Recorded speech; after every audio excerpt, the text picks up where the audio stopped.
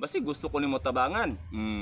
Kana noon morganahan ta na basi gusto ko nimo padal ag halublak simento dire kay ako nang dawaton anytime. Ipahuman na niya dol kay nakialaman siya sa imong balay. Hahaha. Kato ning video na kumata so niaging adlaw nga nagpost bitaw ko nga gibas ang kong balay no. So gikan atong mga pila ka adlaw mapulo na siguro ka adlaw karon ni views siya og 227,000 no. Kayang caption man gud didto gibas ang ako ang balay. So naay nang basa kong balay ato didto. So karon daghan kay nag-comment dito matas nga puro na to kampino, puro maayo, puro niingon didto nga tama nimong gihimo dol, importante pagpa-eskwela si mong anak bago ang balay, puro maayo ba.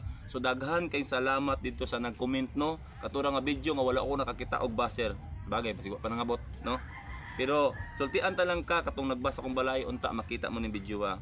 Karon talaga kag istorya no. Unsaon man nimo nang gwapo kag balay kung ang imong kinaiya pangit, di ka maduulan og tao. Kung naapoy bisita mo dol sa inyo, imo ra pong agi-agian. Bintaha na lang ning payag-payag akong balay kay gawa sulod ang tao diri. Daghan gaadto diri, magsugba mi, magkilaw mi. Welcome kay ko, no? Kay mao nang tanging yaman nako ani kalibutan. Mao ni permintin ako ginadala ani kalibutan. Diri man gud sa kalibutan, naatay duha ka kinaiya diri nga dapat natudadon, no? Unang-una, dili ka agrabyadog tao, wala kay nasagasaan, ana ba, no? Ikaduha, pakisama. Kay once ka makaayo ka makisama, maayo kang tao bisag asa ka mo adto nga lugar, daghan mo duol sa imuha, daghan mo salig sa imuha, daghan mo tuo sa imuha. So mo ni pinakaimportante. So karon, kay gibas mo akong balay nga wa ko kapahuman, pangit kog balay, siguro dato ka, swerte ka, kay nadato ka, di ba no? Swerte ka. Pero sa laktod nga pagkaistorya, mas daghan ang pobre kaysa dato, di ba? O isa pa ako ko nangarap nga pugwapog balay. Unsa ra gud ng balay kung makapahuman tag estudyante, makapahuman tag eskwela, di ba? Naara na. Mao na before ka mo komento no naon sa gud nimo, before ka magbasa no naon sa nimo kung tama ba imong istorya. Sa bagay imo po ng opinion. Pero ang akong may istorya sa imo, proud ko nga pobre ko. Kani? Proud ko. Kay kani nga kwarta, income na ko sa Facebook. Ha? Og isa pa, lami among kaon, sisa ka adlaw katulo mi makakaon, lami among tulog, og di mi matuluan. Okay na ko ana. Importante ang akong kwarta gialkansihan ako sa estudyante. Ana ba? No, dito na ko gihapag tanan akong income, ako pagpaningkamot. Kay gusto ko naa sila kaugmaon. Gusto ko bilang amahan di na ko gusto nga maagian nila ang akong naagian.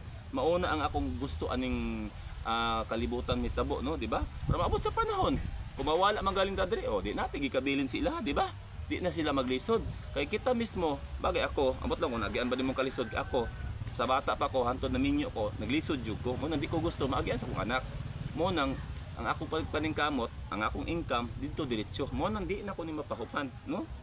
Mo nang klarong istorya. So salamat kay sa nag-comment dito, sa imong gi-comment kung kinsa man ka diha. Basi gusto ko nimo tabangan.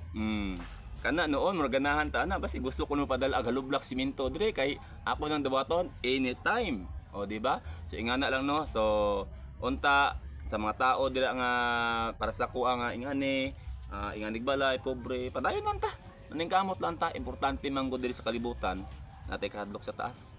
Wala ta nakaanog tao, di ba? Patas ang atong pagpanginabuhi aning kalibutan. Di ta magpanglingi anang dalan bitaw nga natay gikahadlokan. Utang ba na o tirahonon ba ta unsa ba? Di ba ana ba? So mao na pinakaimportante nga mamatata pagkabuntag, mangad ta sa langit, magpasalamat ta nga kitagaan ta kinabuhi nga maayo, maayong lawas. Okay ni. Okay na ko ani, komportable na ko ani.